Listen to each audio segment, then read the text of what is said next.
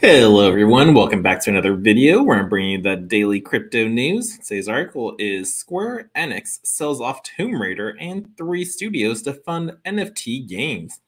The Final Fantasy publisher will net $300 million from the sale, which will bankroll new efforts including blockchain-based games. So, interesting. Here we got Laura Croft from the famous Tomb Raider as their artwork.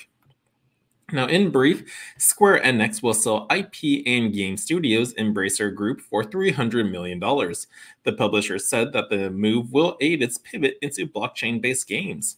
Square Enix has been one of the loudest voices in support of blockchain and NFT-based games in the gaming industry. But now Publishers is really putting its money where its mouth is. Today, the Japanese firm announced that it will sell off studios and major properties, including Tomb Raider, to help fund new business moves, including in the blockchain space. Embracer Group has agreed to pay $300 million to Square Enix to acquire properties such as Tomb Raider, Deus Ex, Legacy of Kain, and Thief, as well as game studios Crystal Dynamics, Eidos Montreal, and Square Enix Montreal. The 3 studios collectively employ nearly 1,100 people in total. In its press release, Square Enix pinned the sale to a need to adapt to the changes underway in the global business environment. By establishing a more efficient allocation of resources, it also specifically called out the launch of new businesses, with blockchain listed alongside technologies such as AI and cloud computing. Square Enix has its long-running Final Fantasy, Dragon Quest, and Kingdom Hearts role-playing game franchise, along with newer IP like Life is Strange and Just Cause. However, it will apparently slim down its overall game development operations as results of the sale. Embracer Group will also take over the rights to more than 50 past games published by Square Enix. The Swedish publisher was founded in 2011 and previously went by the names Nordic Games and THQ Nordic. It has risen to the prominence through a series of previous acquisitions, including Borderlands developer Gearbox Entertainment, as well as Dark Horse Comics.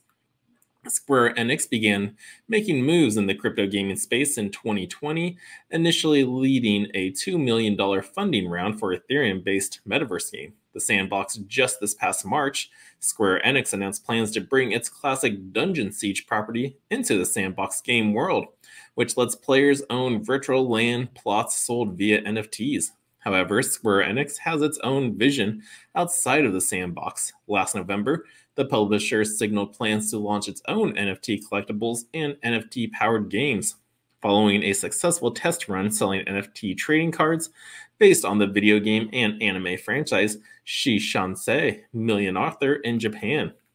In January, Square Enix president Yosuke Matsuda again highlighted the firm's increasing push into crypto. He wrote in a letter that there's a contrast between people who play to have fun and play to contribute, suggesting that the latter is possible in blockchain games, wherein users own NFT assets and may earn token rewards based on their play. Blockchain games, which have emerged from their infancy and are at the very moment entering a growth phase, are built upon the premise of a token economy and therefore hold the potential to enable self-sustaining game growth, he wrote. An NFT is a blockchain-based deed of ownership to a digital item and can represent things like artwork and collectibles, or video game avatars, creatures, weapons, and apparel. The wider NFT market swelled to $25 billion in 2021, and gaming has driven much of the growth, with the Ethereum-based game Axie Infinity itself topping $4 billion in NFT trading volume to date. Square Enix isn't alone in embracing NFTs for games. Publisher Ubisoft, in particular, is deeply invested in the space and has launched in-game NFT items via the Tezos blockchain.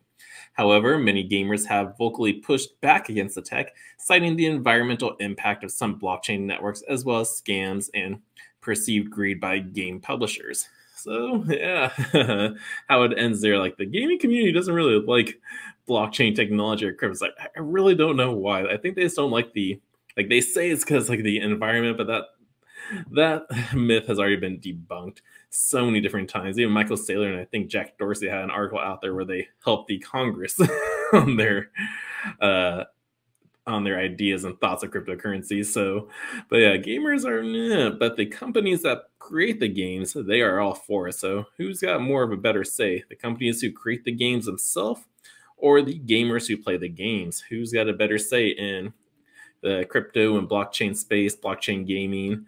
Like, I feel like my personal opinion is like, yeah, blockchain gaming can be better and eventually will improve over time. That's how all gaming systems and technology start off. It starts off small.